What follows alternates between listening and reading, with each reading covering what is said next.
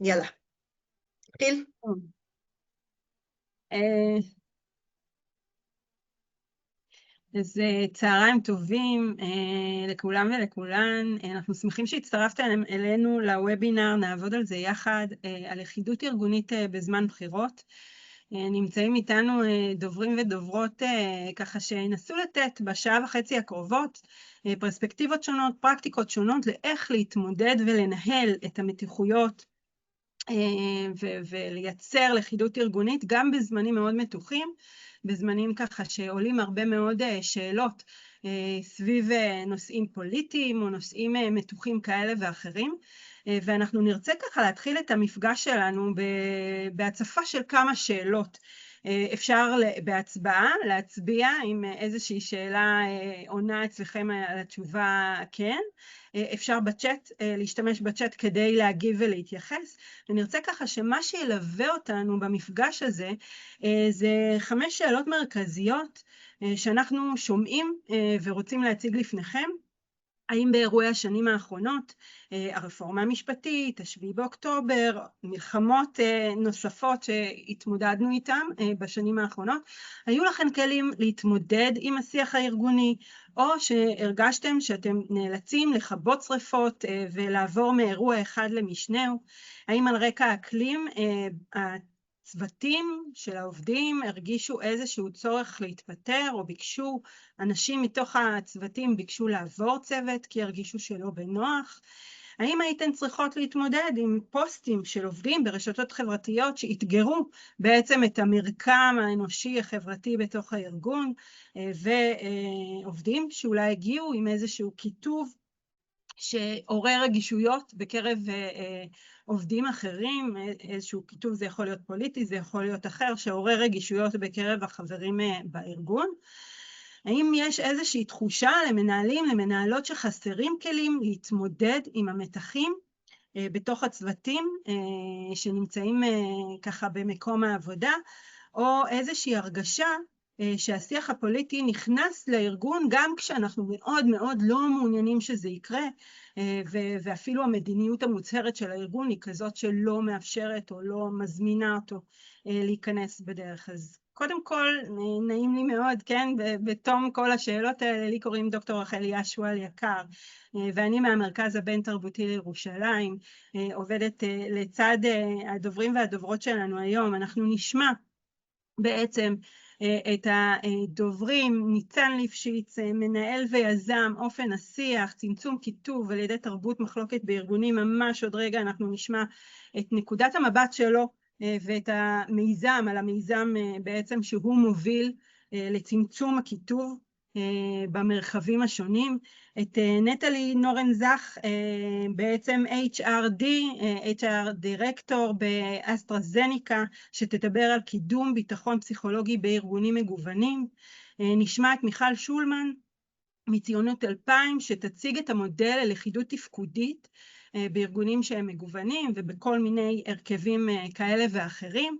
וכמובן את המערכת שלנו, את אורנה שני גולן, המרכז הבין תרבותי לירושלים, שתציג את המודל לדיאלוג אפקטיבי ומוגן ותספר על פיתוח של מרחבי שיח כדי להתמודד עם המורכבויות האלה. אז אנחנו שמחים שאתם כאן ואנחנו רוצים לצאת לדרך. ניצן, הבמה היא שלך. תודה רבה.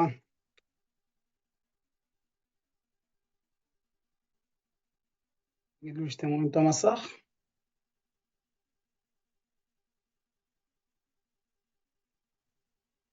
רואים את המסך? רואות. רואות את המסך. טוב, אז אני ניצן ליפשיץ, ואני היזם והמנהל של ארגון אופן השיח. אני אדבר על ההתמודדות סביב תקופת הבחירות ובכלל באמצעות תרבות של מחלוקת. בדרך כלל מתחילים עם הרבה לדבר, אבל דווקא בשקף הבא אני אעשה אותו רגע אחד, אני אנסה להיות בשקט.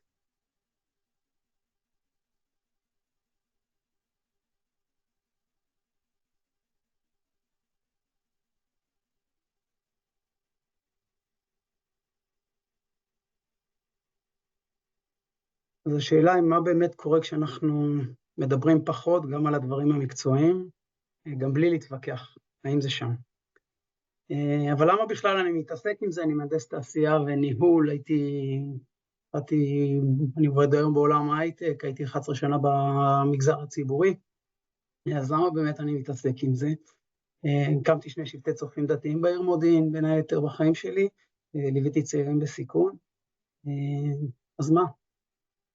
אז זה לוי זה הבן שלי, לוי היה לוחם בסיירת גבעתי, הוא היה הנופל הראשון של התמרון הקרקעי, הוא היה צלם, הוא היה אומן, הוא היה איש ספר, הוא היה בן אדם סקרן, הוא היה בן אדם של שיחה, אבל הוא גם ידע לתת ביקורת עניינית, הוא ידע לקבל ביקורת וידע להשתנות. ואחרי שלוי נהרג, שאלתי את עצמי שאלה מאוד מעניינת, למה חיילים מקריבים או מוכנים להקריב את חייהם? זו שאלה מאוד מורכבת להורה. וכשהתעמקתי בשאלה, אז שאלתי, האם בכלל מי מוכן למות למדינה שיש בה ביטחון, אבל החברה מסוכסכת והרוסה, לא ניתן לקבל החלטות לקידום המדינה, והמדינה פשוט מתפוררת ואין עתיד משותף. השאלה הזאת הלכה איתי, ואז שאלתי, האם ביטחון בלבד ללא חברה בריאה הוא בכלל שווה את ההקרבה? והבנתי שאם יש משהו שאנחנו רוצים להשאיר ולייצר כאן, זה שנאום קוריאה העכבי של נסראללה, שדיבר על זה שאנחנו נהיה חברה מפורקת, ואז יהיה קל לכבוש אותנו, אסור שהוא יקרה. ואז זה הבנתי לעצמי, וכמה זמן אחר כך פתאום הגיעה, אמא שלי שולחת לי וואטסאפ שלוי שלח לה, ואני אקריא לכם אותו. מדובר בבחירות 2022. אתמול זכיתי ללכת בפעם הראשונה לקלפי. הקלפי אצלנו במוצב נפתח אתמול. בתור חייל זה היה אירוע מרגש מאוד. רוב החיילים שמסביבי לא מבינים שלחיות במדינה דמוקרטית זו פריבילגיה. לפחות אני יודע את זה. דעותיי הפוליטיות לא קרובות לדעותיהם של חבריי לצוות, ובדיוק לכן אמרתי להם שאני לא אסבול עוד את הפילוג שנוצר בין חלקי העם. למרות שאני מצביע להפך הכמעט גמור ממה שהם מצביעים, אנחנו עדיין עם אחד ואסור לנו לשנוא אחד את השני בגלל זה. בסופו של יום אני מקווה שלא יהיה מקום לדעות חשוכות בכנסת שלנו, ומקווה שעמנו יהיה מלוכד שוב. נשיקות ויום חג מוצלח ושמח לכולנו. אז זה להביא בחירות 22, ואז אני הבנתי שהאחריות שלי זה לבוא ולהתעסק בדברים האלה, והחלטתי שאני אחראי ואני הולך להתמודד עם האתגר. אבל רגע אחד, אני איש של הארגון, גדלתי בארגונים, ואני אומר, האם המציאות הישראלית, אני מאמין שהארגונים יכולים לנהל שינוי, ושאלתי האם המציאות הישראלית נשארת בחוץ, והתשובה היא כנראה שלא. מה שקורה בחברה הישראלית מחלחל גם לתוך הארגון, נרצה או לא. בגלל שאנחנו לא מדברים, אז זה לא תמיד קריב, זה לא עימות גלוי, אבל זה נכנס בדרך אחרת. הרבה פעמים אנחנו רואים את זה בשתיקה, אנחנו רואים את זה בבידוד, ואנחנו רואים את זה בריחוק. כל מה שאנחנו מנסים שלא יהיה, על מנת שנהיה ארגון טוב. אבל איך זה באמת נראה? באופן טבעי אנחנו מתרחקים ממי שלא בצד שלנו, מי שחושב אחרת, אז יש לנו קבוצות באופן טבעי גם בארגון, ויותר מזה, כשאנחנו בפינת הקפה מדברים בצורה מסוימת, אז יש אנשים שאולי הם לא לידינו צמודים, אבל הם מרגישים אחרת, ואיך מדברים על אנשים כמוהם? כנראה שלא לכולם זה נעים. ואז אותם אנשים הם מאבדים את השייכות והאמון בארגון, וזה כבר לא נשאר שם. כשאתה שואל, אז מה קורה? אז אני נמנע מאנשים שלא נעים לי להיפגש איתם, אני לא רוצה לדבר איתם, אני לא משתף את הידע, אני פחות משתף פעולה, לא מדברים על זה שהם אפילו לא מציבים את הדעה שלהם בדיונים מתוך הסיטואציה.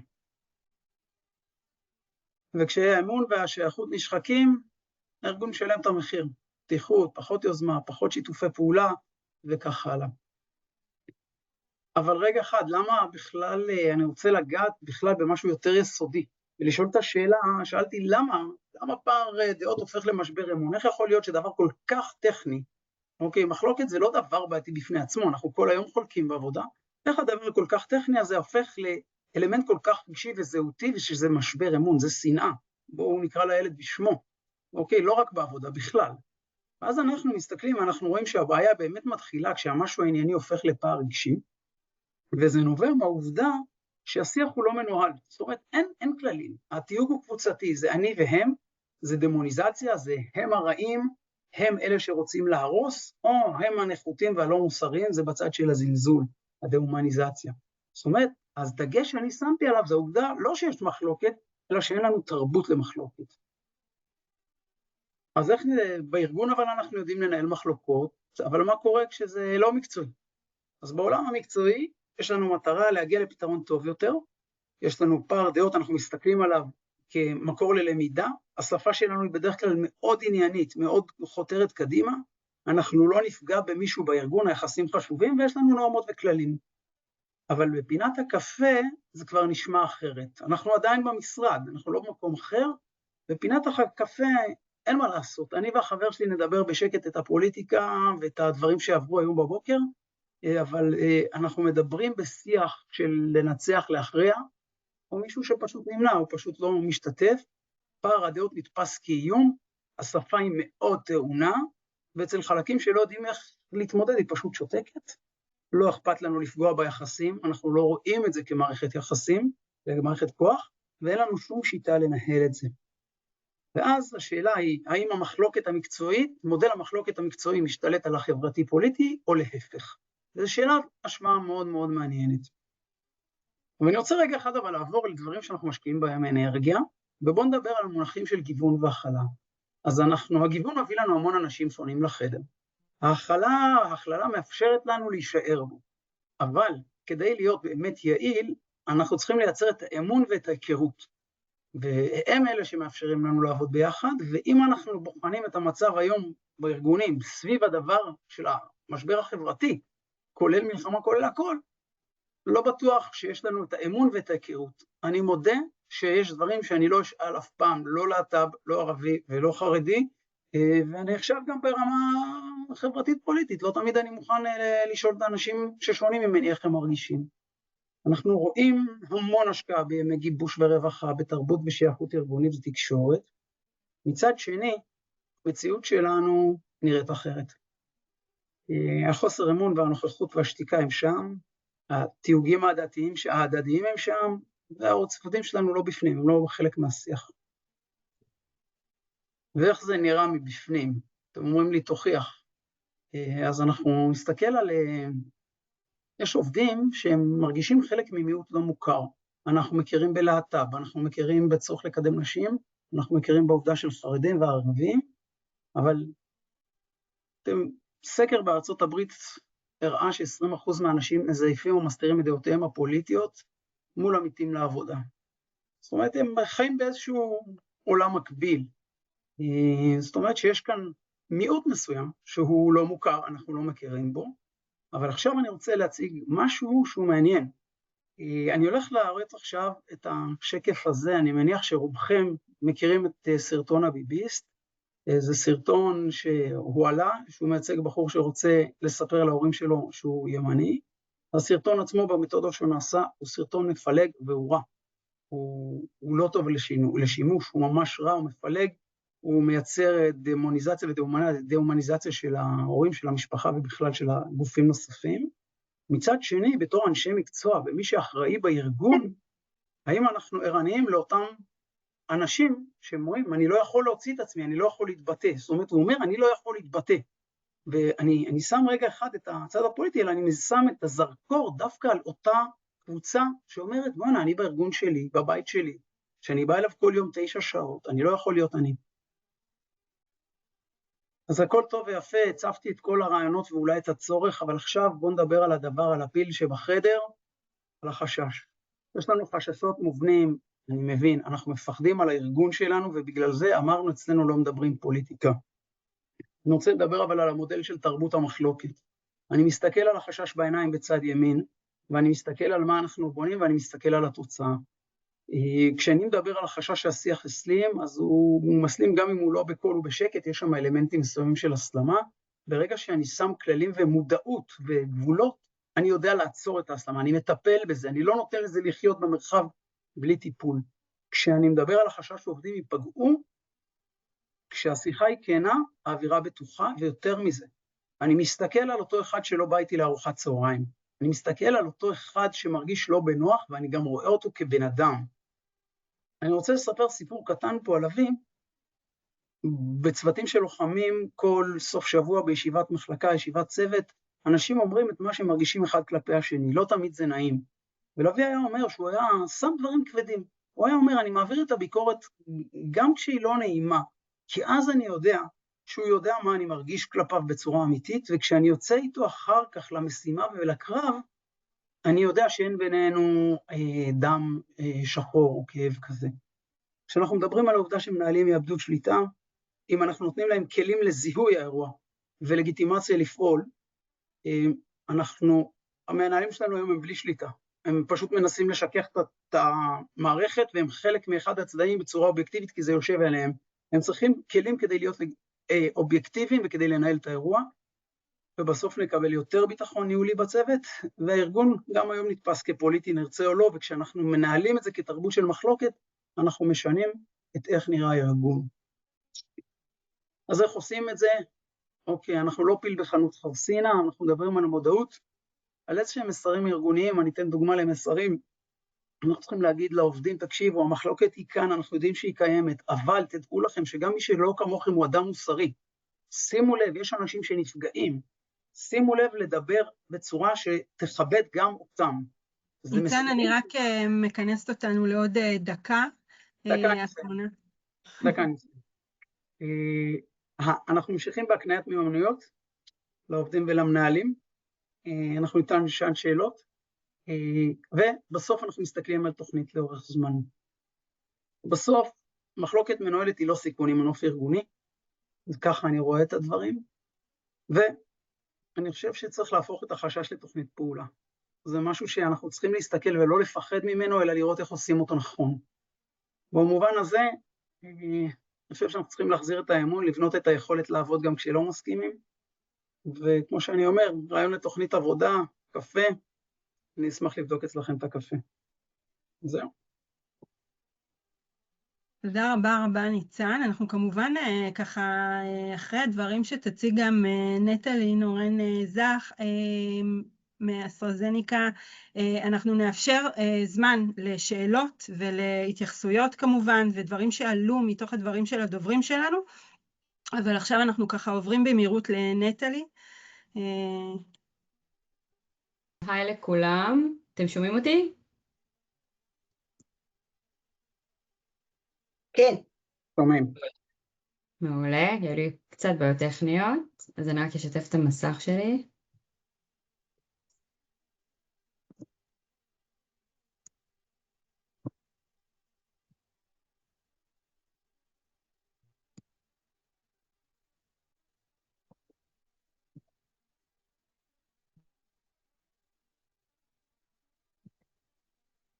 אגב, אתם מוזמנים בינתיים אם עולה איזושהי שאלה או התייחסות שתרצו להעלות בצ'אט, אז אתם יכולים בינתיים לכתוב, אנחנו נאסוף את זה אחר כך בשלב ההפסקה ולקיחת ההתייחסויות. אז קודם כל אני רק אגיד קודם תודה רבה לניצן על הדברים החשובים שהוא העלה כאן. אני מאוד שמחה להיות פה בפורום כזה, אני חושבת שלאורך התקופה שלי כמשאבי אנוש, זה אחת הסוגיות היותר מורכבות, שיצא לי לנהל ולחוות אותם, ואני מרגישה שאין manuals, אין איזשהו פתרון שאנחנו יודעים לעשות אותו בצורה מאוד מאוד קלה. אז ב10 הדקות הקרובות מה שאני רוצה לעשות זה לשתף אתכם קצת במקרה בוחן מהשטח שאנחנו עשינו באסטרזניקה, בשיתוף עם הרבה אנשים מוכשרים שעזרו לנו בדרך, אבל קצת מה-2 cents שלנו לאיך לשמור על לכידות ארגונית, כשהשיח הפוליטי והחברתי בחוץ, הוא בעצם בתחושה שלי הופך להיות סוער ומצליח לאיים לחדור פנימה לתוך הארגון. אז לפני שנצלול לפתרונות, חשוב לי שתבינו מי אנחנו. אז אסטרזניקה זו חברת תרופות אינובטיבית, קיבלנו את השם המפואר שלנו מזוג של 2 חברות, חברה שוודית וחברה בריטית שהתמזגו לכדי חברה אחת. אנחנו עוסקים בתחומים תרפויטיים רבים, החל מאסטרה וכן באונקולוגיה, והזהות הארגונית שלנו היא בעצם הבסיס לכל מה שעשינו עד עכשיו. אסטרזניקה היא חברה עם פרופיל ייחודי, 86% מהעובדים שלנו הם נשים, גם בשולחן ההנהלה שלנו מתוך 12 חברים, אז 11 הם נשים. עכשיו למה זה חשוב? זה חשוב כי התרבות הארגונית שצמחה אצלנו מבוססת הרבה מאוד על הקשבה, על אמפתיה ועל יכולת הכלה מאוד מאוד גבוהה, וזה DNA שאפשר לנו ויאפשר לנו בתקווה להתמודד עם המשבר האקלים הפוליטי שיש בעצם בעולם החיצוני בצורה רכה, אבל כן מאוד מאוד נחושה מהצד שלנו. אז בעצם מעבר למגדר אנחנו גם בעיניי מיקרו-קוסמוס של החברה הישראלית, ולמה אני מתכוונת? יש אצלנו עובדים גם מוסלמים, גם נוצרים, גם יהודים, גם דתיים, גם חילוניים, בעצם ביום יום שלנו, המשימה שלנו היא הצלת חיי אדם. עכשיו הדבר הזה הוא הדבק שלנו, שמאפשר לנו להתחבר ולהתפקס אחרי מטרה מאוד מאוד מסוימת, אבל כשהרוחות בחוץ מתלהטות, אנחנו מבינים שהדבק הזה לבדו הוא כבר לא מספיק כדי לעצור את הכיתוב. והכיתוב הזה מתחיל לחלחל פנימה. ומה קרה בעצם? אז בואו נסתכל שנייה על ציר הזמן שהוביל אותנו לפעול, ואיך בעצם החלטנו שצריך לעשות משהו שהוא קצת אחר. זה התחיל אז בתקופת הרפורמה המשפטית, אני לא יודעת כמה מכם זוכרים, אבל הרגשנו שממש הרוחות מתלהטות, שאנשים מתחילים להיזהר בלשונם, או לחלופין, אנשים מתחילים להקצין בדברים שלהם. ואז הגיע השביעי באוקטובר, ופתאום כל השיח הפוליטי, כל הכאב הלאומי, התחיל ממש לזלוג למקומות הכי רגישים.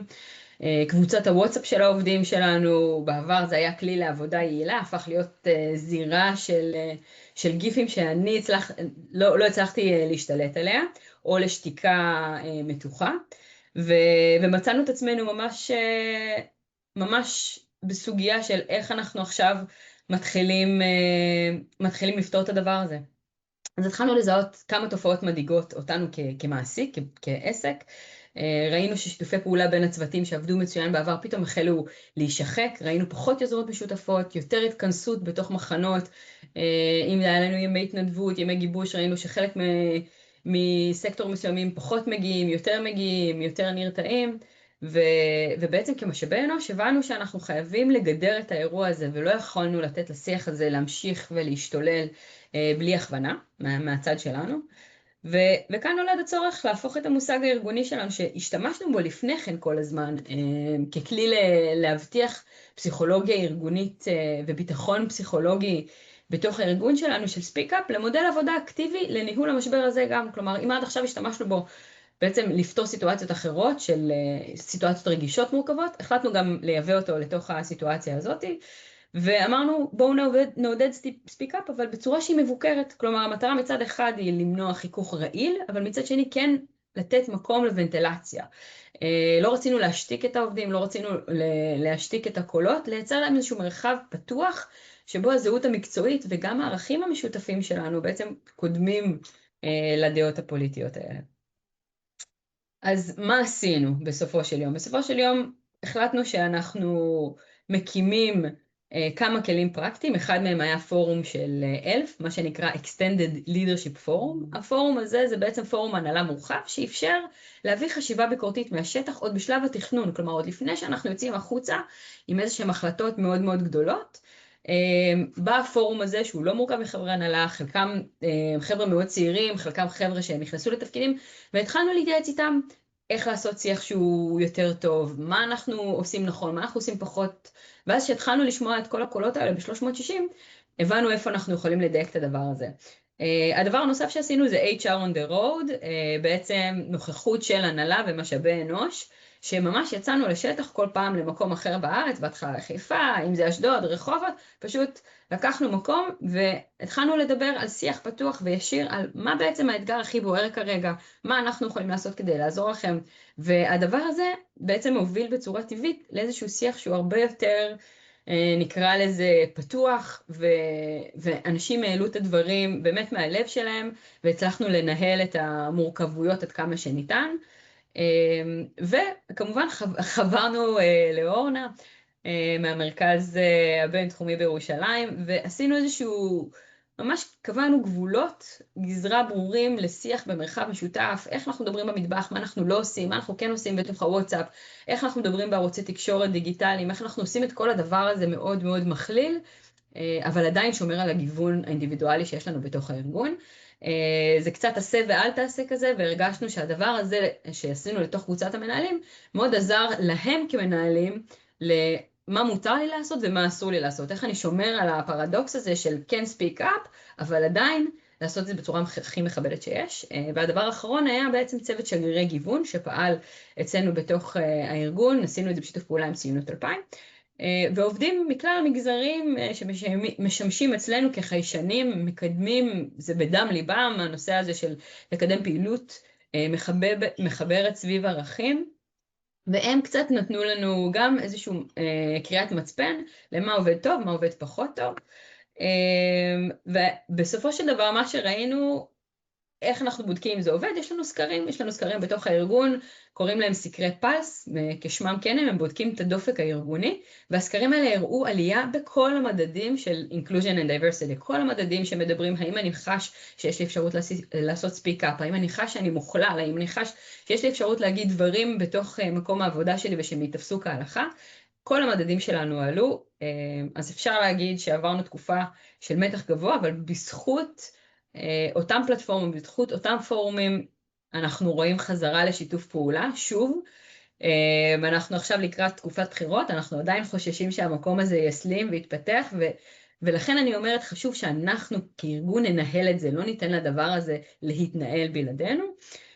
אז הלכידות הארגונית שלנו היום היא חזקה יותר, כי היא לא מבוססת על איזושהי התעלמות מהמצב הזה, אלא באמת לייצר איזושהי אמפתיה ורגישות פסיכולוגית שחזקה יותר מהפוליטיקה ומהעולם החיצוני. וזהו, אם יש לכם שאלות כמובן, אז בשמחה רבה. תודה רבה נטלי, ואכן יש איזושהי שאלה ככה ממוניר, לדוגמה, בקשה ממך לדוגמה בפועל או סיפור של הצלחה מהשטח, איך הדבר הזה הוגדר כהצלחה, דוגמה מהשטח. אז שוב, אז מעבר לפלס שלנו, שזה בעצם סקר שמגיע לכל העובדים, ואז אנחנו רואים את זה בחתך של יחידות, אז ראינו שם שכל המדדים עלו, גם יש לנו בתוך הסקרים אפשרות לראות, נניח, האם זו אוכלוסייה שהיא בגיל מסוים, האם אוכלוסייה שהיא תחת מנהל מסוים, ואז אנחנו מבינים יותר איפה הבעיה. אבל מעבר לזה, פשוט ראיתו אנשים יוצרים שיתופי פעולה בפועל. כלומר, אם עד עכשיו ראינו אותם נרתעים לעשות שיתופי פעולה, או נרתעים לעשות יום שטח משותף, פחות יוצאים לשיח, פשוט ראינו את זה קורה יותר ויותר, והדבר הזה מתורגם למחירות, מתורגם לשיתופי פעולה רבים יותר, מתורגם לחשיבה שהיא פתוחה יותר. וזה בעיניי היה המדד בסופו של דבר, כלומר, הסקר הוא טוב ויפה, אבל בסוף שאתה רואה את זה בעיניים, אתה רואה אנשים שיוצאים מיוזמתם לימי שטח משותפים, הדבר הזה בעיניי מדבר בעד עצמו. תודה רבה. שאלה נוספת שיש לנו, ובאמת כמו שאמרתי קודם, אפשר לשאול גם את ניצן, שאלות שנוגעות והתייחסויות שנוגעות להצגה שלו, וגם את נטלי. בקשה נוספת שיש לנו כאן מהצ'אט, זה אשמח לדוגמה של כלל עשה ואל תעשה, שהגדרתם בארגון. אז אני חושבת שאחד הכללים היה בעצם מה שנקרא להשאיר את הוואטסאפ, את הקבוצות וואטסאפ הארגוניות מאוד מאוד נקיות. כלומר, פשוט אמרנו כל שיח שהוא יכול להתאפס אצל מישהו כרגיש יותר, או שאתם עשויים לחשוב שמישהו בצד השני עשוי להיפגע ממנו, בבקשה פשוט אל תכניסו אותו לתוך קבוצות הוואטסאפ, תשאירו את המרחב הזה כמרחב מאוד מאוד מוגן ונקי, ואותו דבר גם לגבי הארוחות במטבח, כלומר, אתם עוברים במסדרון, אתם מדברים, שימו לב מי נמצא שם, שימו לב מה אתם אומרים ואיך אתם אומרים, לנסות שנייה רגע שהשיח שוב יחזור להיות בפוקוס היותר מקצועי, כי מאוד קל לדברים להפוך להיות כדור שלג, בתוך שיחה קולחת או בתוך ארוחת צהריים, פשוט ביקשנו שהשיח הזה באמת יגודר למקומות מאוד ספציפיים, וכמה שפחות בערוצים ההמוניים יותר, נקרא לזה ככה. ניצן, אולי אתה רוצה להוסיף מהצד שלך? אני אגיד, אני חושב שדווקא, אני אסתכל מהכיוון האחר, אוקיי? זאת אומרת, כשאנחנו נכנסים לתוך שיחה, זאת אומרת, כנראה שהשיחה בפינת הקפה תקרה. ואני חושב ששם אנחנו רוצים לייצר את האוריינטציה של הדוברים, להבין, אחד, תראו, כשאני ואתם משוחחים בפינת הקפה, אנחנו מסכימים על אותו דבר, תהיה ערני לחבר מצד שמאל, שנמצא בזירה. זאת אומרת, הגברת הערנות היא כלי מאוד מאוד חשוב לדעת, שבסוף אנחנו נדבר על הפוליטיקה, אנחנו יכולים להימנע, הרשתות, זה מקום אנחנו לא נוכל לשלוט בו, או אולי בשיטה שנטלי מדברת, היא דורגת ששם זה לא יהפוך לפורום של ריב, אבל אני חושב שכשאני נמצא בפינת הקפה, אני צריך להיות ערני למי שמסביבי. זה אמצעי אחד, שאני חושב שזה נורא חשוב. ועוד דבר, זה לדעת, לפעמים כשכבר נכנסתי לוויכוח, לבוא עם אוריינטציה אחרת, אוריינטציה של בוא נשאל, איך אני יוצא מהוויכוח?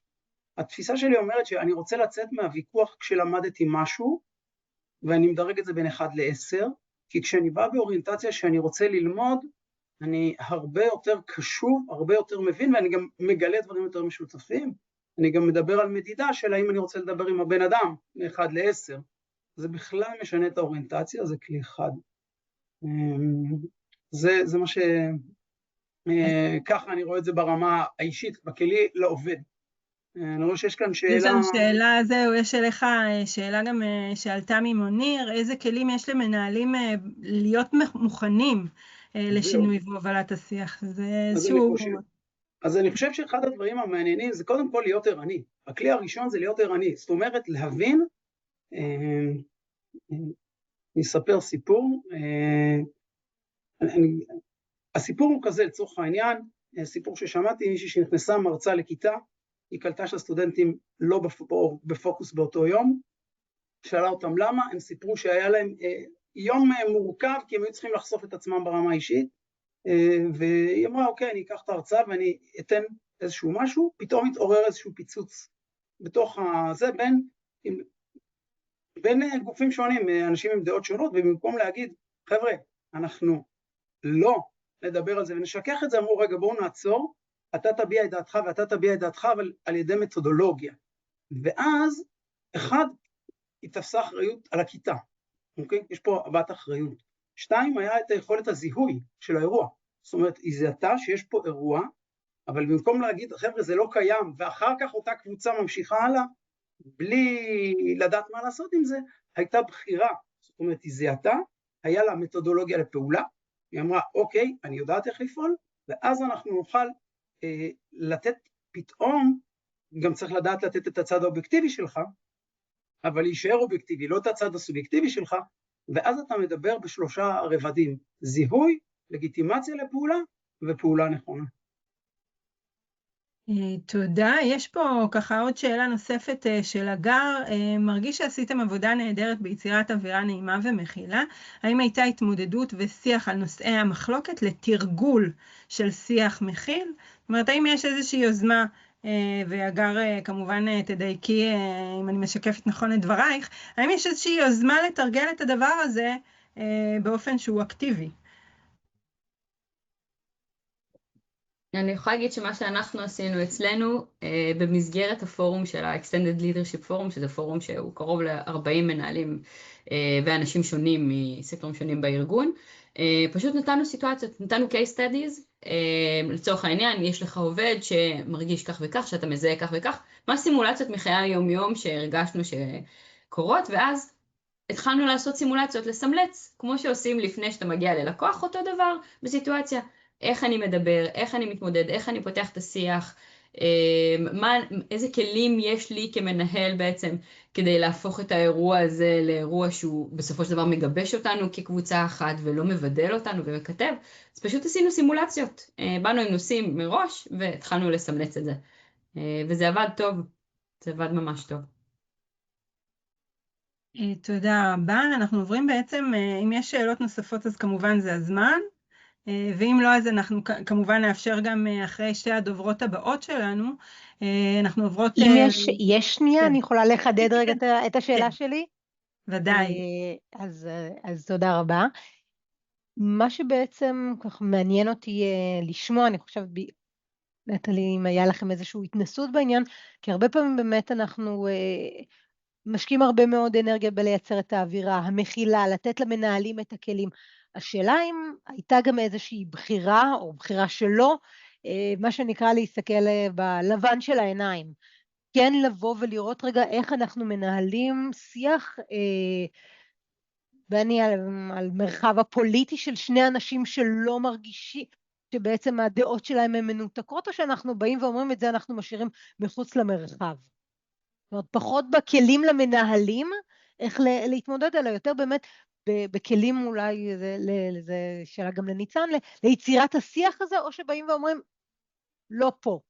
אז מה שאמרנו זה, תבינו שהמורכבות היא כל כך גבוהה, ויש כל כך הרבה רגישות בצד השני, תבינו שכל דבר שאתם יכולים להגיד, עשוי לפגוע במידה כזו ואחרת, במי שנמצא אצלכם בצוות, אתם לא יודעים מי נמצא, אתם לא יודעים, במשפטים, אני עורכת במשפטים, יש מושג כזה שקוראים לו גולגולת דקה.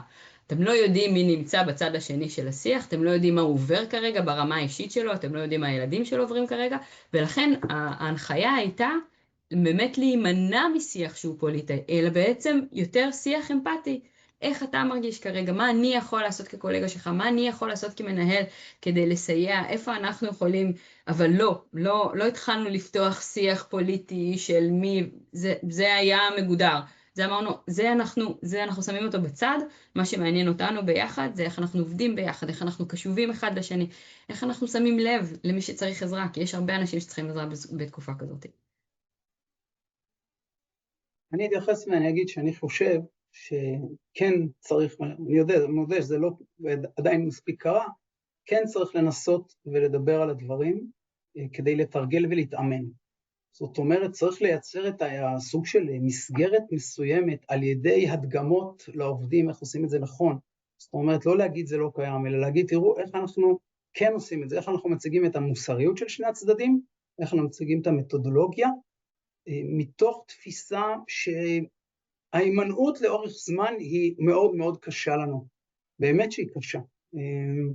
ואני אומר את זה מהצד שמרגיש את ההימנעות, בתור מי שנמנע. אוקיי, כאילו כמה מתח זה מביא, המטרה היא כן לייצר את המודלים, צריך לעשות את זה נכון ובזהירות, אבל אנחנו כנראה צריכים ללמוד לחלוק, אוקיי? ולהגיד מה שאנחנו עושים בצד המקצועי, שיש פה מתודולוגיה, מערכת יחסים לשמר, ומחלוקת שמובילה ללמידה, כן, אני רוצה לשמוע את הדעה של האחר, כדי ללמוד, אולי אני טועה, ואני מניח שכולנו למדנו משהו מאז הרפורמה, חקיקה משפטית, איך שתקראו, נקרא לזה, וה7 באוקטובר, כולנו זזנו, וכולנו רוצים ללמוד ואנחנו חייבים כלים.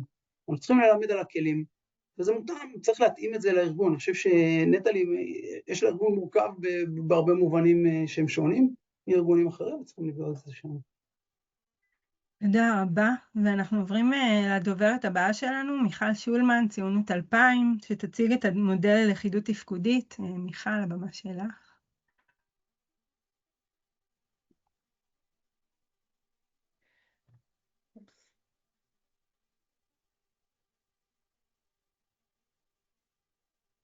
טוב, שלום לכולם.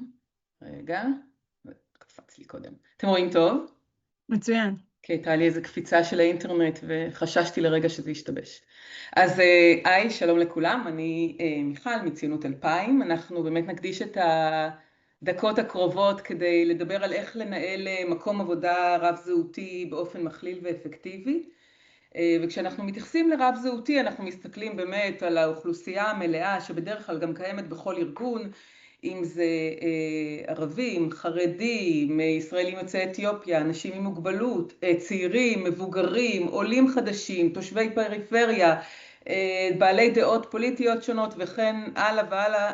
בכל ארגון הקיימות אין סוף אוכלוסיות מסוגים שונים, ובתקופת בחירות אנחנו מוצאים שזה יותר ויותר מביא ככה לעימותים וחיכוכים, ונדבר באמת על איך להתמודד עם הסוגיה הזו.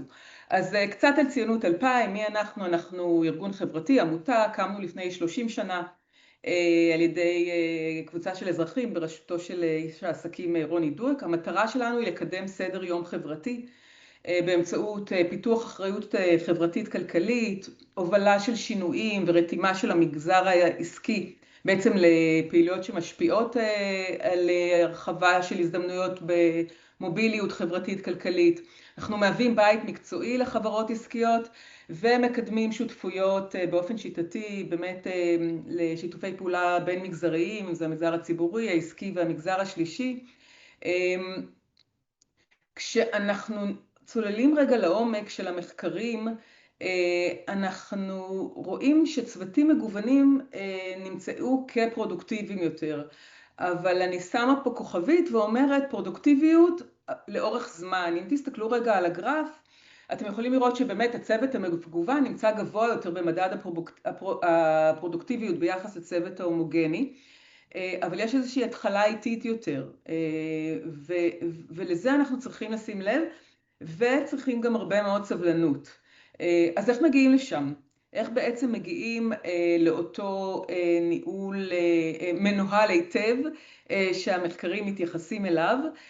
ומה זה בכלל מנוהל היטב? אז מנוהל היטב הוא צוות שמגוון הזהויות שמרכיבות אותו יכול לבוא לידי ביטוי ולקבל ביטוי בהיותו חלק מהצוות. אנחנו בחרנו פה 3 מחקרים של גופי מחקר מובילים בעולם, אם זה ה-Harvard Business Review, University of Houston ומקינזי. אנחנו מדברים על ניהול מכליל, אנחנו באים ואומרים ניהול מכליל, וגם ככה באמת ניצן התייחס לזה במצגת שלו, כל הנושא של גיוון והכללה. ניהול מכליל הוא בסיס לניהול טוב. בעצם מנהיגים או מנהלים שמטפחים הכללה מאפשרים את הפוטנציאל המלא של הצוותים שלהם לבוא לידי ביטוי, מאפשרים לאנשים להרגיש שרואים אותם, שמקשיבים להם, שמעריכים אותם, וכמובן שהם בעצם מתפקדים בצורה טובה יותר. אז אם אנחנו מסכמים לרגע, אז בארגון מגוון, אז בעצם הדרך ללכידות תפקודית עוברת דרך ניהול מכליל, ואיך אנחנו עושים את זה. אז מהי לכידות תפקודית? לכידות תפקודית אנחנו מגדירים כיכולת של עובדים ממגוון זהויות בארגון, לפעול ביחד ובצורה מתואמת להשגה של מטרה משותפת. מנהלים שידעו לנהל את המגוון הזה שיש להם ככה בכל אחד ואחד מהצוותים ולייצר לכידות תפקודית, יצליחו גם לייצר צוות שהוא אפקטיבי יותר. כשמסתכלים על לכידות תפקודית, אנחנו מסתכלים על 3 מעגלים מרכזיים. האחד של פרקטיקות מכלילות, שזה בעצם הכרה בכך שלכל עובד מכל אוכלוסייה אליה הוא משתייך יש פרספקטיבה שונה, לפעמים על אותה פרקטיקה או על אותה נקודת מבט, על אותו תהליך ארגוני. אנחנו מדברים על מטרה משותפת, שעוד מעט נצלול פנימה ונפרט למה הכוונה, ועל קוד פעולה חזק, אותן נורמות ברורות, מוסכמות ואחידות, שהצוות פועל על פיהן, והן מהוות ככה את המצפן לפעילות של אותו צוות. השלב הראשון שאנחנו מדברים עליו הוא בעצם לבנות איזושהי מפה. מפה שתאתר את אותן זירות של חיכוך שיש בין אוכלוסיות שונות. אני כמנהל או כמנהלת משאבי אנוש, אשאל את עצמי את השאלות איפה בארגון, באיזה צוותים, באיזה מחלקות יש המצב הזה של שילוב זהויות יוצר מתח שפוגע בתפקוד האפקטיבי. זאת אומרת חסרה הלכידות התפקודית. האם יש יחידות שיש בהן יותר מתחים ביחס ליחידות אחרות? האם יש מקצועות או תפקידים מסוימים שאנחנו רואים בהם את הפערים האלה ואת החיכוכים האלה ואת העימותים האלה, וגם האם יש זירות מקצועיות או זירות אחרות שבהן יש יותר מתחים ויותר חיכוכים. אחרי שיצרנו את המפה הזו, אנחנו נראה בעצם הזירות האלה מורכבות מהרבה מאוד פרקטיקות. כשאנחנו מדברים על פרקטיקות אנחנו מתייחסים לאוסף של או רצף של פעולות משותפות, ממשהו שהוא מאוד רוטיני, חוזר ונשנה בארגון. זה יכול להיות תהליכי גיוס, זה יכול להיות תהליך קבלת החלטות, זה יכול להיות המבנה הפיזי של הארגון, זה יכול להיות חדר אוכל כשר או לא כשר, או נשים גברים ביחד וכולי. זה יכול להיות בעצם כל מהלך או תהליך ארגוני שאנחנו חוזרים על עצמו, שהוא רוטיני ושהוא משותף לכולנו. עכשיו, הפרקטיקות האלה אפשר להסתכל עליהן, אפשר לברר אם הן אכן מאפשרות, אם הן אכן מכלילות, ואם לא, ניתן להחליף אותן, או לתקן אותן, או לעדכן אותן, או להתאים אותן, ובפרט שלא דורכים ככה על הרגליים של אוכלוסיות אחרות.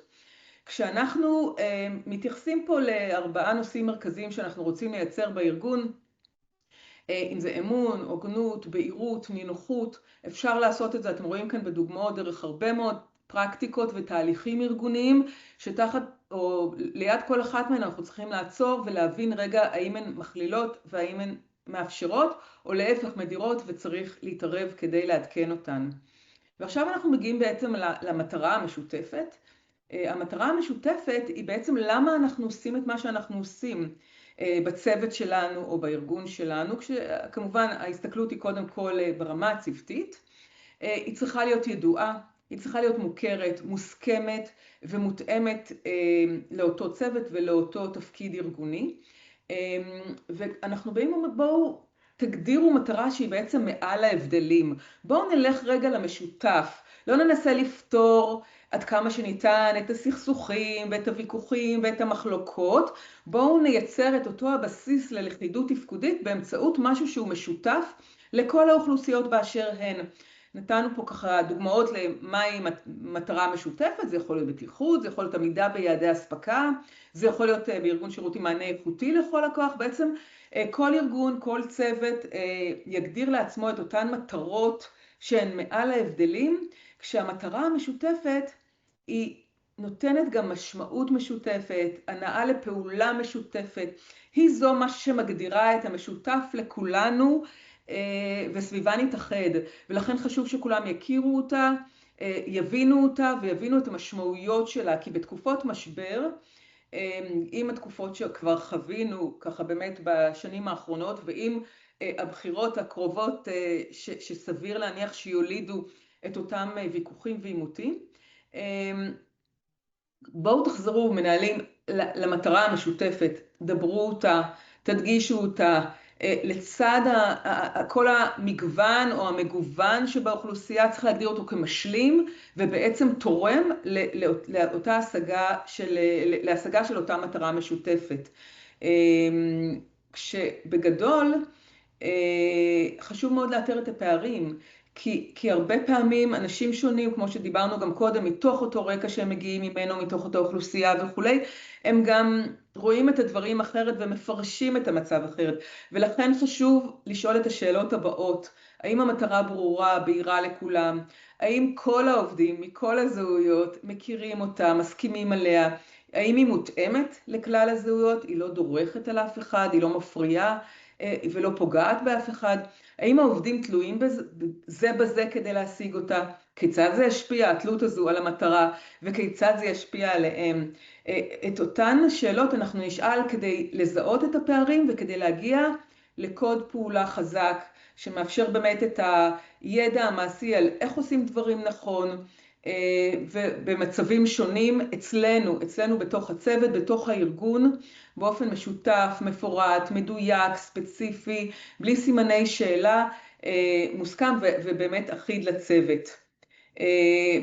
אז לסיכום, צוותים שפועלים בלכידות תפקודית, אנחנו רואים שלגבי העובד הוא פחות דרוך, יש לו יותר ביטחון לפעול, יותר תחושה של ערך ונראות, הוא מרגיש שהוא תורם לאותה מטרה משותפת שכולנו רואים ומדברים עליה.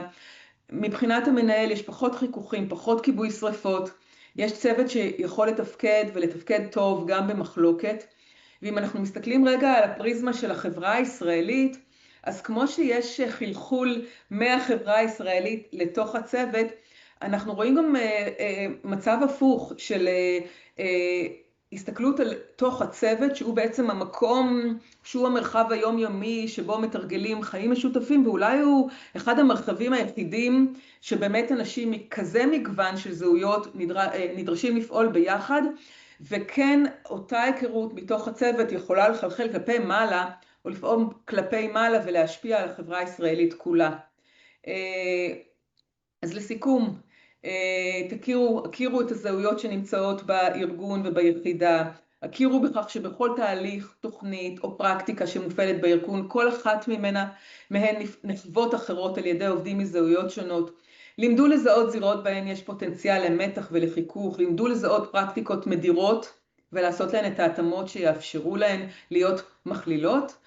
לימדו להטמיע את הפרקטיקות האלה כקוד פעולה חזק ומשותף, וכמובן זכרו להגדיר את אותה מטרה משותפת ולוודא שהיא ידועה, ברורה, מוסכמת, ובתקופות של משבר כמובן חיזרו עליה והדגישו את אותו המשותף על גבי המפריד.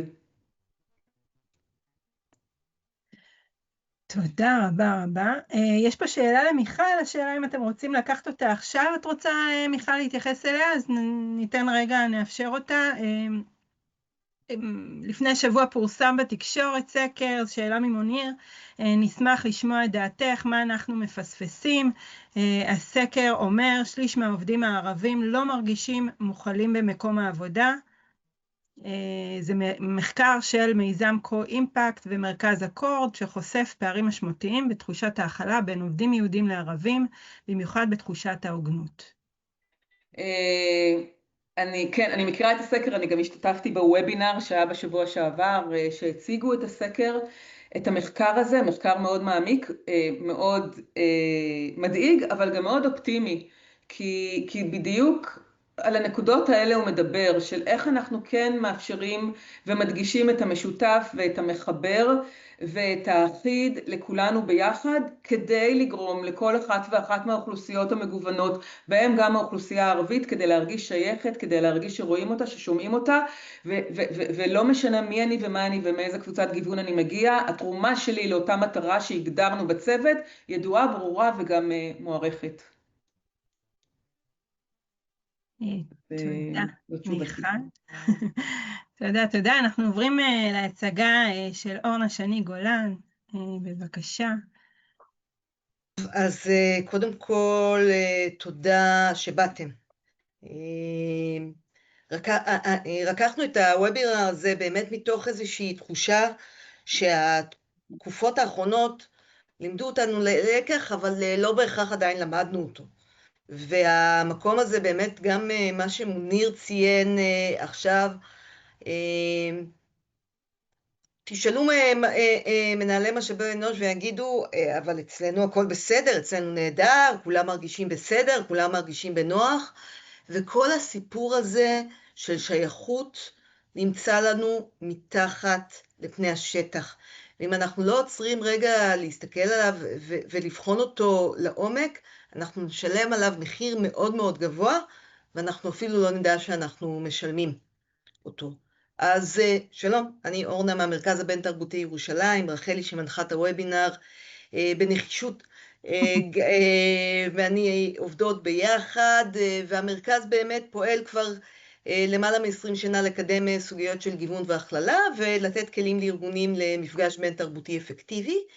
אבל את הוובינר שלי אני רוצה לפתוח בסיפור שנתקלתי בו כשהגענו לאחד מהארגונים, ארגון שעד ימי הרפורמה אמר, אצלנו לא מדברים פוליטיקה, ובימי הרפורמה הם הרגישו שכבר השיח הפנים ארגוני, כי הפעם זה בין יהודים ליהודים, הוא כבר בלתי נסבל, החולצות, היציאה להפגנות, הדיאלוגים בקבוצות הצ'אט של העובדים וכן הלאה, פינות הקפה, והחליטו לפתוח מרחב שיח.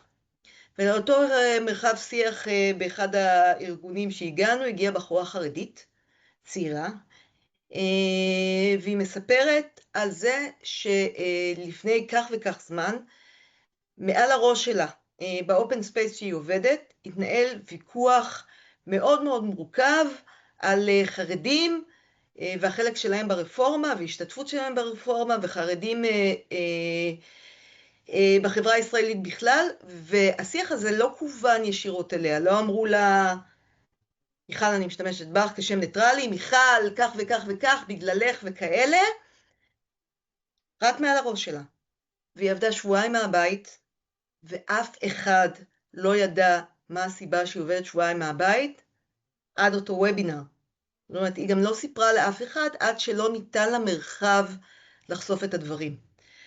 אז השיח על פוליטיקה בארגון הוא שיח שמקדם ביטחון פסיכולוגי, ומאפשר לעובדים להרגיש שייכות. לא כולם רוצים בזה, ולפעמים אנחנו מאוד מאוד מפחדים מזה, אבל המחיר שאנחנו משלמים עליו הוא לא בטוח, ומה שגילינו שפתחנו את המרחבים האלה, זה שהשיח הזה הוא בדרך כלל לא שיח על ימין ושמאל, ומה נבחור בבחירות הבאות, ואיזה חוק צריך להצביע, ומי ראש המפלגה המועדף עליך, אלא שיח של איך אני מרגישה, גם בחברה וגם בארגון שאני עובד, וגם מחוץ לו, בעיקר הוא שיח רגשי ופחות שיח על ימין, שמאל וזהויות פוליטיות.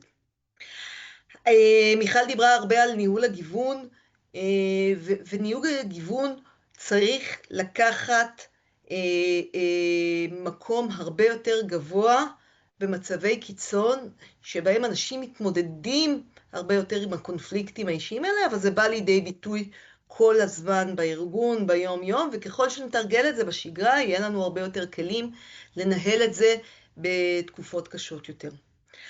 אבל זה מה שקורה לנו בתקופות הקשות. בתקופות הקשות, הארגונים מרגישים שמשהו לא עובד, והשיח הוא מאוד מאוד מתוח, אז מתקשרים לארגונים דוגמת ציונות 2000 ואנחנו ואקורד ועוד יועצים נפלאים שיש בסביבה הארגונית הזאת, ולילך פה איתנו, והיא גם יועצת נהדרת שיכולה לעבוד ולהראות לכם כלים נהדרים, ואומרים, תעזרו לנו, ואנחנו מציעים, אני אומרת אנחנו, כי זה לא רק אני, אנחנו מציעים כל מיני כלים, ואז מראים אותם למנהלי הארגון, ואומרים לנו, המצב נפיץ מדי, לא ניגע בזה, נחכה שירגע, ואנחנו עושים איזה פולו-אפ, או קצת שנרגעים הדברים, ואז אומרים לנו, המצב עכשיו רגוע, אני לא רוצה ליצור נפיצות, והמקום שבו החוסן הארגוני שלנו יפגע פעם אחרי פעם סביב המעגל קסם הזה, אנחנו משלמים עליו מחיר בשימור עובדים, בשייכות עובדים, באפקטיביות של עובדים, ובסקרים, כמו שמוניר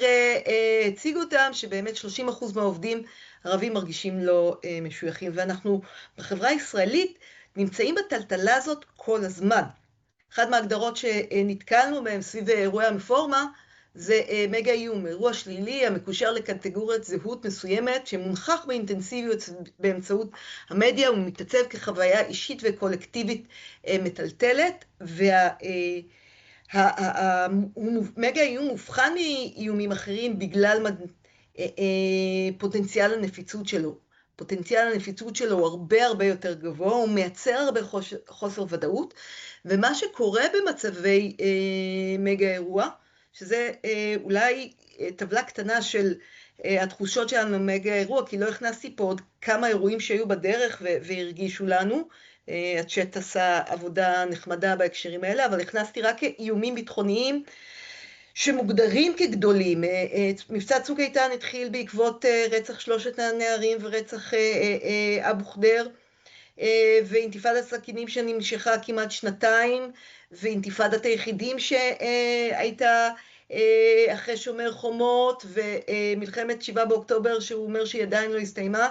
כל מערכת בחירות מבחינתנו, בגלל שיש שם קבוצות זהותיות ותרבותיות ופוליטיות שונות, הוא מגה אירוע, ובתוך זה היו כמה אירועי מגה אירוע של קבוצות זהויות, כמו מחאות של יוצאי אתיופיה, והמחאות של הנכים בתוך זה, שגם פגשו קבוצות תרבות, וברגע שאני נתקלת כפרט בארגון במגה אירוע, אני מתכנסת אל תוך הזהות שאני מרגישה שהיא תחת איום.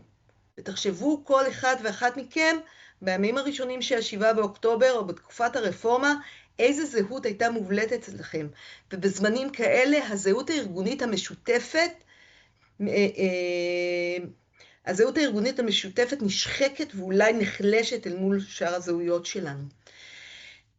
עשיתי לוובינר אחר לגמרי, עשיתי איזשהו מחקר, ומדברים על זה שבארגונים, בימים רגילים, 40% מכלל העובדים בארגון נדרשים לאיזושהי צנזורה עצמית, על זהות פוליטית, על זהות משפחתית, על זהות מינית, על זהות מגדרית וכן הלאה.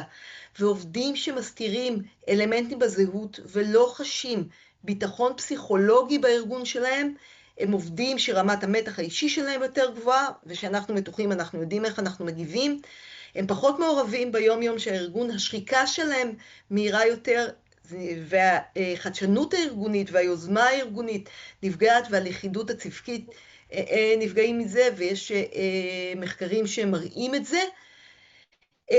ואנחנו כל הזמן, ובעיקר נגיד ב3 שנים האחרונות, פועלים מתוך מסגרת תודעתית מורכבת. 1, כולנו כל הזמן על הקצה, וכל יום החדשות מובילות אותנו שוב לקצה הזה. אולי קצת תקופה של המונדיאל מחזירה לחלקנו קצת אוויר לנשימה, עם איזשהו אסקפיזם נהדר.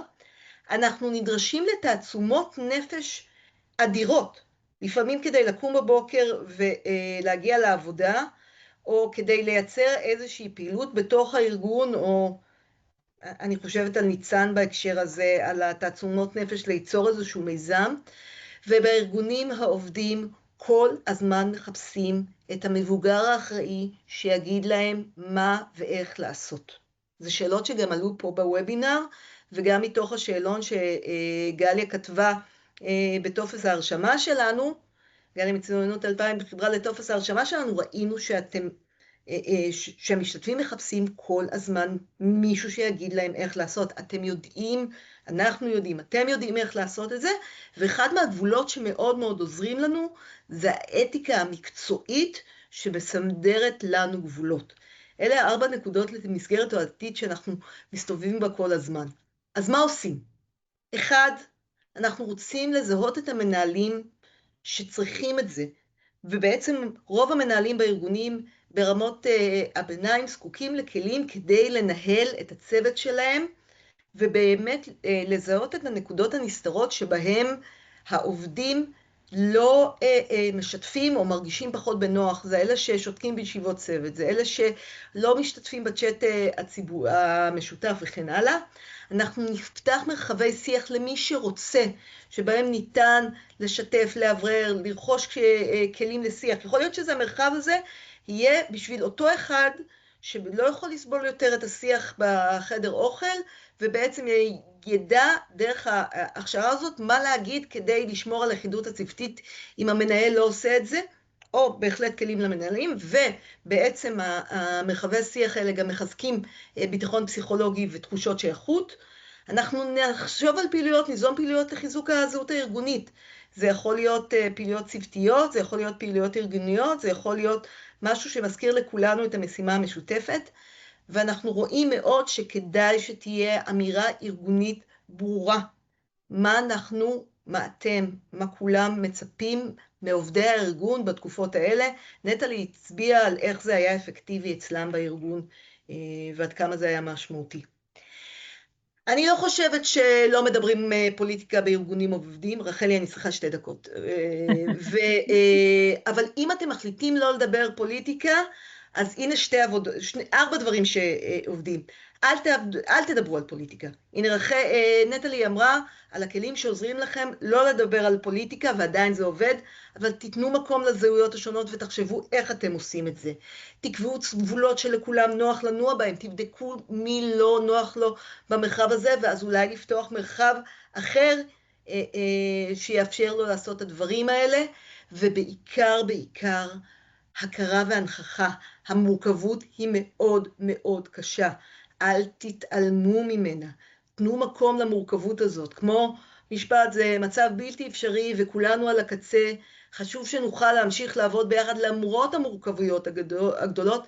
בואו ניקח לנו אז כמה נקודות לנשום אוויר ונחזור. עצם ההכרה במורכבות משרתת את תחושות השייכות.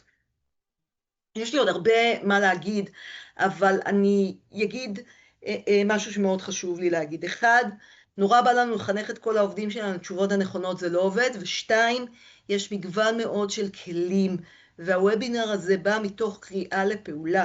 לא משנה מה תעשו בארגון, העיקר שתיקחו את זה בחשבון ותעשו משהו שיעזור לדברים. יש לנו עוד כלים שאתם יכולים לקרוא ולהשתמש ולפנות אלינו, כמו הדיאלוג האפקטיבי, והצעה לאיך שמים כללים לשיח במרחב משותף, אבל זה כנראה בהמשך והלאה מכאן. תודה. תודה רבה אורנה, ואני אקח ככה את המשפט שאת התייחסת אליו ואמרת אותו, אני חושבת שזה בצורה הכי מדויקת שאפשר לחשוב עליו לוובינר הזה. שמענו 4 דוברים ודוברות, מציגים כל אחד מהנקודת מבט שלו, מהניסיון הארגוני, המקצועי שלו, או מהשליחות, כן, לעשייה שמגבירה את הלכידות שבינינו. כלים שונים, פרקטיקות שונות, נקודות מבט שונות, זה לא משנה מה תיקחו וממי תיקחו, ובלבד שתעשו, שלא תאפשרו בעצם למציאות לנהל אותנו. אנחנו יודעים להגיד שברגע שאנחנו פרואקטיביים בדבר הזה, אז אנחנו בעצם מצליחים כן לתת מענים טובים יותר, מדויקים יותר, למתיחויות שעולות במרחב הארגוני. ואני רגע ככה אשתף איתכם את העניין האחרון שנרצה, כמובן עם שאלות, יש לכם שאלות נוספות, אז אז אנחנו כאן נשמח לענות ולהשיב כל הדוברות והדוברים שאלות לכולם, יכולים להישאל כרגע, אפשר לפתוח מיקרופונים ולהפנות אלינו.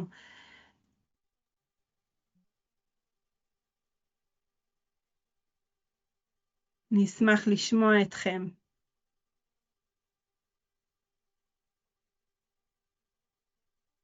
רגע, זה שקט כי כולם במיוט, בואו רגע נשחרר את המיוט מכולם. אהלן. אהלן. קודם כל... אם אתה כבר מדבר ושאלת הרבה שאלות, אז אולי שנייה תציג את עצמך, מוניר. טוב, אז שמי מוניר, אני גר בבאקה, ואני מנהל קשרי קהילה והתנדבות של חברת ניטפים, מערכת שכולם מכירים. אז בעצם אני רוצה טיפה לקרוא לילד בשמו, ולבוא ולשים את הכובע שלי של היום יום, בתור באמת בן מיעוטים. אנחנו כאילו כל השנים אמרו לנו, אתה רוצה לשרוד במקום העבודה, לא מדברים פוליטיקה, ואם יש פה שיח אחר, יש פה תרבות אחרת, שיח אחר, עדיין יש לנו את ההלם קרב מלדבר פוליטיקה, ולשמור על הפרנסה, ולפתוח את הפה. אז יש פה צד אחד שהוא רוצה לבוא ולהגיד, חבר'ה בואו תדברו, הצד השני, חכה, הוא לא מוכן לזה. הוא בצעדים איטיים, אולי גם אותו צריך טיפה להכין. אני ברשותכם רגע אני אגיב. נכון. לפני כמה חודשים באחד מהארגונים שאנחנו מלווים, עובד פרסם בקבוצת הוואטסאפ הקבוצתית של המדריכים אמירה נורא נורא קשה וגזענית. ושזה הביאו את זה לידי ביטוי לשאר העובדים, היה גלגול מאוד מורכב, והם התייעצו מה אפשר לעשות. והתשובה הייתה, שלי זה כאילו, גם אם העובדים לא ירצו לשתף וימנעו מאוד, זה שנתנו להם את האופציה לשתף, זה כבר מתחיל להראות להם שזה סביבה בטוחה, זה אחד. אז כן, צריך לאט לאט להראות לעובדים שכדאי מאוד לשתף, אבל שימו לב איך אתם עושים את זה, וזה לא חייב תמיד להיות ברמה הגדולה, אבל צריך להכניס אופציה של האפשרות הזאת, לבוא ולבטא ולהגיד מה אני צריך או מה חסר לי, וזה לא פשוט. זה שאני אומרת שאפשר לדבר על פוליטיקה, אני די ערה לזה שעובדים מהחברה הערבית עדיין נבחרו בשתיקה. אני צריכה להיות פתוחה יותר שלו, זה אחד, והצד הוא לא תמיד גדול. לפעמים הרמה זה לשים לב ולהיות יותר ערים למחיר, לאיך זה נראה, בסדר? ולהעלות השאלות, ואז לבוא למוניר, בסדר? שם גנרי, ולשים לך יד על הכתף, לך או למישהו אחר, שפתאום אתה אומר, רגע, משהו כאן לא מסתדר, ולהגיד, איך אתה? זהו. ראיתי אותך בנקודה מאוד מאוד ספציפית, תסתדר. בהקשר הזה, אני פה בשבילך, שמתי לב לדברים, ולאט לאט אולי הביטחון יגדל, כי אחרי 7 באוקטובר, לקח הרבה זמן, ואחד הארגונים שבאמת קיבלו סתירה מצלצלת, ובזה אני סותמת, ונותנת לשותפים ולשותפות האחרים שלי להגיב, עובד התפטר, ורק שה-HRBP שלו ניגשה ושאלה אותו, תגיד, למה עזבת? ברעיון סיכום, הוא אמר לה, וכל הזמן הוא אמר, זה המרחק, אני עוזב בגלל המרחק, עובד אחד ממספר מאוד מאוד מועט של עובדים ערבים באותה חברה, ואז הוא אמר, אני לא יכול יותר לסבול את השיח, והם בכלל לא חשבו שיש שיח בעייתי. אני חושבת, ולמדנו את זה מארגונים כמו ריאן וצופן וקו-אימפקט, שהמחיר הוא מאוד מאוד בעייתי, בקרב מגוון מאוד גדול של תרבויות, לפעמים זה הקבוצות החרדיות, ולפעמים זה אנשים שלא משרתים במילואים, ולפעמים זה כן אלה שמשרתים במילואים. כל מה שאנחנו מבקשים כרגע זה לפני תתחילו לצעוק ימין שמאל ותפתחו קלפי במקום העבודה, תגבירו ערנות ותשאלו את עצמכם האם יש לכם את הכלים להתמודד עם זה. ואם לא, אז פשוט תלכו לחפש את הכלים האלה. אני שמה את עצמי.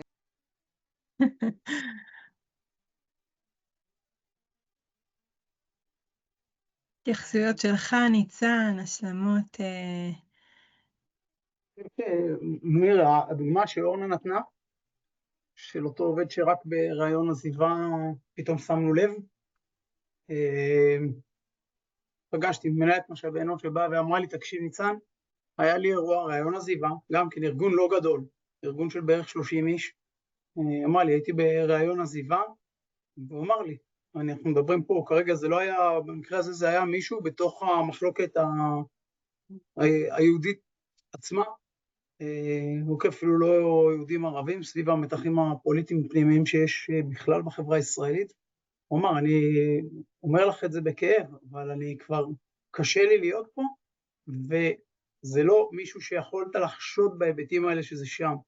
אני חושב שהנקודה המעניינת היא איך אנחנו מגבירים ערנות כלפי מי שאנחנו לא מסתכלים. זאת אומרת, כדי להצליח, אוקיי? אנחנו רגע אחד, בואו נפתח את העיניים לצדדים, עבור מי, לא על מי שיושב איתנו בקפה, אלא מי שלא בא איתנו לקפה.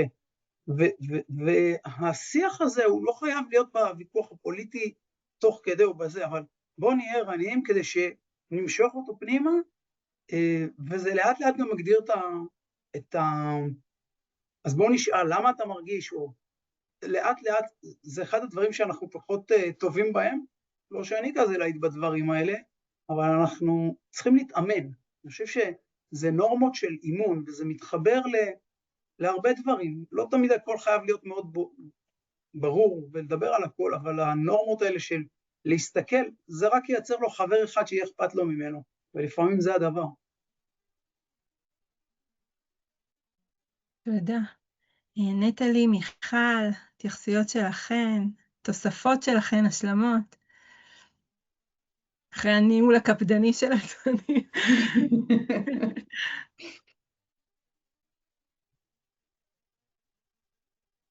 אוקיי, שאלות נוספות מהקהל שלנו.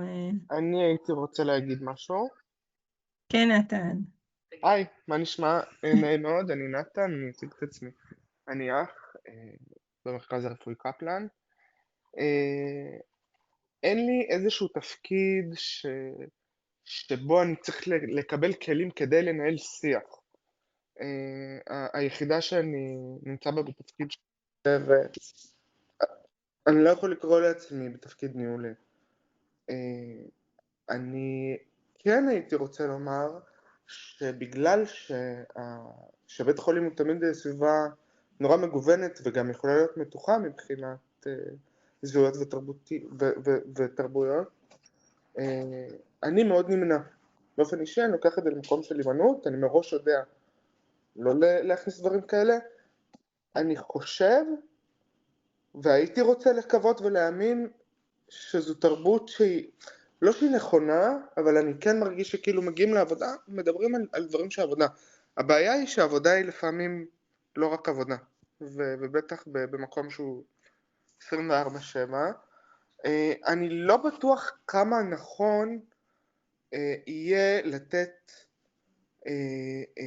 לצוות, לכלל הצוות, משהו שקשור בכלים לניהול שיח, אבל אני כן הייתי חושב ומאמין שאם זה היה מגיע מהמקומות הגבוהים, הניהוליים, של מה הגבולות שלנו, על מה אנחנו מדברים ואיפה, ובטח איפה לא, שזה משהו מאוד חשוב, במסדרון, בחדרי מטופלים, זה משהו שיכול להיות כן נכון לקראת תקופת הבחירות הקרובה לפחות. מה אתה עושה בבית חולים, נתן? אני אח. איפה? במרכז רפואי קפלן. לא, בסדר. מחלקה? אני עובד 50% ביחידה לניהול סיכונים, ו50% במחלקה פנימית. אוקיי. היום בבתי חולים יש שני אתגרים. ואחד זה השיח. יש הרבה אתגרים. יש המון, לא, כאילו. תראה, אוקיי, אני אנסח אחרת, סליחה. אני מסכימה שבתוך הצוות לא צריך כלים לניהול שיח. עם זאת, אני יודעת שיש מחלקות שבהם המתחים בין הצוות לבין עצמם, סביב זהויות פוליטיות או זהויות לאומיות, הוא דבר שמסכן את שלומם של המטופלים.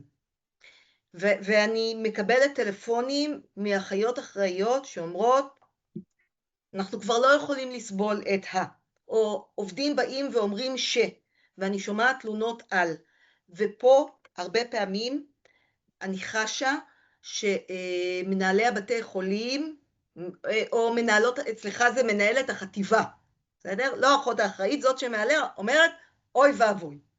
הסתדר, לא ניגע בזה, הכל, והמחיר שעובדים משלמים על זה. וגם ככה את המקצוע מאוד מאוד שוחק ומאוד מאוד גבוה. זאת אומרת, ברמה האישית, הנה עוד אלמנט, זה לא רק אתה נשחק מקושי לעבודה, אתה נשחק גם מזה שאין לך לכידות צוותית, ואני יודעת שזה עלול להגיע לפגיעה באיכות הטיפול. עכשיו, אתה כעובד, חד משמעית. זהו, אז פגשתי ביום חמישי בכנס של הכללית, לא יודעת, אני משערת, לא יודעת מתי קיבלת את המידע על הוובינר הזה, או אתה סטודנט של רחלי? אני סטודנט של רחלי. סטודנט של רחלי. אז הנה, דורית מכללית תהיה פה, והיא אחראית על האחריות האגידית והשיח והגיוון בכללית, והנה, דורית, לפתחך אני מחזירה את זה, וכיף שבאת. תודה. האמת היא, אני שומעת את נתן, ואני ככה חושבת, ניסיתי להבין מה השאלה שלך. כאילו, מה הציפייה? אני לא נתתי שאלה. אמרתי שאני חושב... שאתה מצפה, כן. שזו גם לא ציפייה, אמרתי שאני חושב שזה לא אמור להגיע לרמת האינדיבידואל, שזה לא אמור להיות קשור להכשרה של צוותים לניהול שיח בתוך עצמם, אלא לקביעת רגולציות לשיח, ממש עשה ואל תעשה. איפה אנחנו מדברים על דברים ואיפה אנחנו לא מדברים על דברים. בחדרי טיפול, לא. כאילו ממש קביעה כזו. אוקיי. לי מרגיש, קודם כל אני יכולה להגיד שהיה דורית, אז תציגי את עצמך שנייה. אנחנו דורית, ואני מנהלת את האחריות החברתית והגיוון בכללית, וממונה על נושא החוסן והשריקה בכללית. אני יכולה להגיד שהיו כמה ניסיונות במוסדות מסוימים בכללית, אנחנו ארגון מאוד גדול, אז היו מוסדות שככה ביקשו את העזרה שלנו לכללים של עשה ואל תעשה, אבל שוב פעם, זה לא שזה פורסם ברמה של המוסד, של הבית חולים או המחוז, יש כללים, כי יש גם עם זה המון רגישויות, כלומר יש דברים שאומרים שזה די ברור לא לעשות, כלומר לא צריך לרשום את זה ואולי ככה... יש הרבה דברים שהם ברורים והם לא קורים, אנחנו יודעים את זה. נכון. ועדיין, אז אולי זה כן המקום להזכיר, לחדד תרבות דיבור, וכן לעצב את התרבות הזו מחדש. אז קודם כל זה נשמע לי רעיון מצוין, ואני מבקשת ממך, אני אכתוב לך כבר עכשיו מייל, נתן צפוני? בכללית, כן. נתן שלום. שלום, אוקיי. אז אני ארשום לך מייל, ואנחנו נחשוב איך לקדם כזה איגרת, כזה, לא יודעת, אני צריך לחשוב גם באיזה כלים, כאילו, מה אפקטיבי מתאים לארגון לגמרי. כבר הרווחנו, אני חושבת שכאילו רגע, באמת האמירה של נתן וגם ההתייחסות שלך דורית מאוד מעלים את מה שאורנה הציגה ברגע אותו צורך באיזשהו מבוגר אחראי שיבוא ויגיד לנו, אנחנו נכנסים ביודעים לתקופה מאוד מתוחה, אנחנו רוצים לדעת להתנהל נכון, וגם אנחנו לא רוצים לבוא ולהגיד על מישהו מהצוות שלנו, נו, כי הוא עשה משהו או דיבר בצורה שהיא לא מתואמת או לא מותאמת, מצד ברור, אחד, נכון.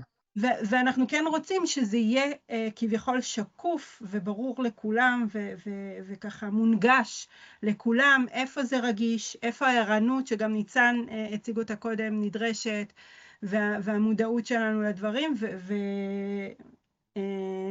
זה נשמע כמו כיוון מעולה להתחיל בו. אורנה, אנחנו נרצה אותך, כן? אני שולחת לך גם זימון. יאללה, יאללה. בשמחה, תודה. אביטל אומרת, ואני סומכת על דעתה של אביטל ינובסקי, שבעצם נוצר לנו פה מרחב בטוח לשיתוף. לזה התכוונת, אביטל? השיח בין דורית לנתן, או מה אם הבנתי אותך נכון? אני גם הבנתי את זה כך. התייחסויות נוספות, ככה לפני שאנחנו נסיים את המפגש שלנו היום, שאלות שעלו תוך כדי השיתופים כאן. הנה, אביטל מאשרת. יופי, מהממת. תודה, אביטל. דברים נוספים שחשוב לכם ככה לציין, נטלי, מיכל, ניצן, אורנה. אני ככה, תוך כדי שבאמת דיברנו על כל תקופת הרפורמה המשפטית, נזכרתי בארגון שליוויתי אותו, שהיו ארגונים שהמנכ"לים, ממש, מנכ"ל החברה, לקח צד, גם בתקשורת, גם התבטא בתקשורת לגבי זה, וגם מבחינת שלטי חוצות כאלה ואחרים שתלו על הבניינים, וזה הביא סוגיות מאוד מורכבות ביחס לאוכלוסיות או לזהויות בתוך הארגון שחושבות אחרת ממנו. ובאמת מה לגיטימי נכון ומה לא, לא נפתח את זה, מה לגיטימי להגיד ומה לא בארגון כזה, שיש ממש אמירה מאוד ברורה מלמעלה. אז לא נפתח את זה עכשיו, אנחנו ממש לקראת סיום, אבל זה שוב כוכבית לפתחן של מנהלות משאבי אנוש או של מנהלים בארגון, של איך אנחנו מתמודדים עם סוגיות מהסוג הזה, שהמנכ"ל בחר באיזושהי אמירה מאוד ברורה, פוליטית או צד כזה או אחר של המפה וכו'. זה אתגר, עוד אתגר. אגר, שאלה נוספת, בבקשה. גם שאלה וגם האמירה. ועוד אתגר, כמו שמיכל הזמינה אותנו להציף עוד אתגרים, אם אין לנו מספיק. אבל גם אני חושבת, אחד הדברים שאנחנו למדים, אני גם מחברת נטפים, חברה שמאופיינת באמת בגיוון מאוד מאוד גדול, בעיקר בחברה ערבית, והרבה מאוד שנים של מודל מאוד מובהק של חיים משותפים. זאת אומרת, מתוך הבנה ששוב, זה בסופו של דבר חלק גם מהחוסן העסקי שלנו, וכן ההבנה גם שההזדמנות שהרבה פעמים קורית מה שאנחנו קוראים בפינת הקפה, וככה ניצן התייחס לזה, זה לא הזדמנות שקורית בהכרח בחברה הישראלית הרחבה. זאת אומרת, אם אני עובדת עם מוניר, והוא מהחברה הערבית, לא בהכרח החברות שלי, גם להן יוצא לעבוד עם מיעוטים אחרים. שבוע סיימנו את אחד הפרויקטים שלנו, שעובדים שלנו בעצם ליוו סטודנטים, ואחד הדברים המרגשים היה לקבל תמונה מעובדת חרדית, שאומרת, זו הפעם הראשונה שיצא לי לדבר עם סטודנטית מהמגזר הערבי. יש לזה, אני חושבת, גם הזדמנות מאוד מאוד גדולה ואחריות מאוד גדולה למגזר העסקי, לבוא ולקחת את מה שהוא כבר יודע לקיים בתוכו, ולזמן ולהזמין את העובדים שלו לבוא ולקחת את זה למעגלים נוספים. וזה אחד המהלכים שאנחנו מקיימים עכשיו בנטפים, כן לבוא ולהגיד, מה שאתם יודעים, אתם כבר הצלחנו ליצור, וזה לא מושלם וזה לא ב100%, אבל זה קורה. אנחנו עובדים אחד עם השני, אנחנו מכירים אחד את השני, בואו תביאו את זה לעוד מרחבים, כי באמת אחד האמרות המפורסמות, אני כבר לא זוכרת של מי זה שאנחנו לא מכירים, אנחנו חוששים ושאנחנו לא חוששים, והנה אנחנו כן מכירים, אז בואו נביא את זה גם לעוד מרחבים, ובאמת אני חושבת שוב שלמגזר העסקי יש את היכולת ואת האחריות בהקשר הזה, כן לבוא ולהשקיע על עוד מעגלים נוספים. אז זו אמירה נוספת ואתגר נוסף. וגם קריאה לפעולה, אני חושבת שזה וגם באמת... קריאה לפעולה, נכון. אני רוצה להגיד משהו מעבר לזה. אני בטח. חושב שכשאנחנו מדברים את מדברת על האחריות, אני חושב שיש פה התלכדות אינטרסים, מצד אחד יש פה אינטרס חברתי ישראלי, מצד שני יש פה יכולת, אבל הדבר העוצמתי שיש בארגונים וחברות זה המתודולוגיות והתהליכים. זאת אומרת, מעגל שיח, אם עשיתי אותו סתם קבוצת חברים, זה מתפוגג, יש איזשהו אמון בין אותה קבוצה, אבל זה מתפוגג. כשארגון נכנס לתהליך, לארגון הוא מסתכל לאופק, הוא לא מסתכל לעוד כמה דקות, ויש היכולת להשפיע דרך ארגונים וחברות הוא הרבה יותר עמוק, כי כשוואנס הכנסתי תהליך, זה נכנס לרוטינה, וזה יהיה שם. ככה הכנסנו קידום נשים, ככה הגענו עם קידום של להט"ב, אנחנו עושים מאמצים בערבים וחרדים. יתרה מזאת, אם אנחנו נגיע למצב, יש לנו 2 מיליון איש עובדים בארגונים מעל 50 איש, זאת אומרת 2 מקומות שיש בהם HR, אם נייצר את התהליך של השינוי הזה, ונקנה את הכלים ואת הביטחון, שאנחנו יכולים לדבר גם על נקודות רגישות, נייצר את השינוי לאורך זמן. לא פוליטיקאים, לא תקשורת ולא רשתות, יוכלו לייצר את הערעור שאנחנו חווים היום. יהיה להם הרבה יותר קשה. מסכימה, תודה.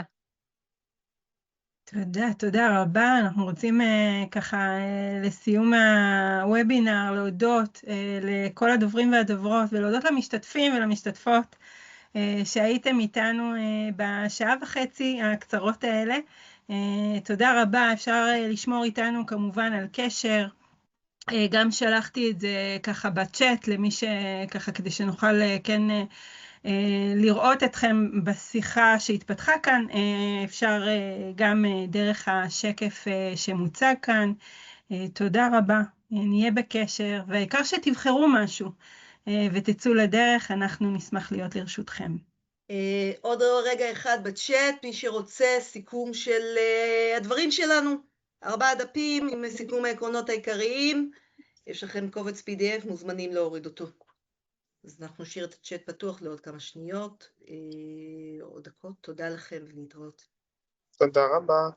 תודה. תודה לכולם.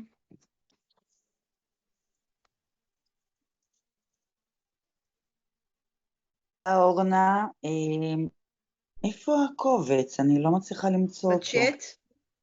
אני בצ'אט. שלחתי אותו לכולם? יכול להיות שבצ'אט אישי. לא, אני לא רואה אותו בצ'אט. לא רואים אותו, אורנה, הוא לא נמצא בצ'אט. אנחנו נשלח אותו גם לאימיילים שלכם. זה יהיה מעולה. אם אני לא מצליחה. רגע, הנה, סליחה. יש משהו קטן מאוד שקוראים לו send, אבל הנה, עכשיו בטח הוא הגיע אליכם. וגם נשלח אותו במיילים עם התייחסויות נוספות, אם תרצו. כן, עכשיו זה הגיע. כן. כן, הגיע. תודה. תודה לכם. תודה רבה. ביי. ביי.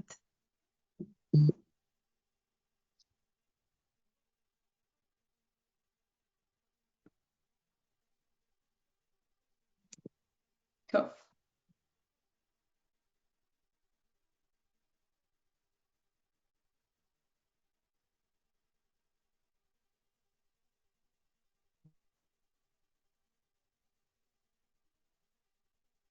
אלי, את יכולה לעצור את ההקלטה עכשיו? אני אנסה, כן. איתי. אוקיי. תגידו הכל. עכשיו זה, שנייה אחת, אני סוגרת. הצ'אט לדעתי באופן אוטומטי יישמר. כיף, זה היה יופי. מעולה. איך היה לכם? אני מצטערת על הצ'אטים לא, בסדר, זה נתן קצב, רחלי.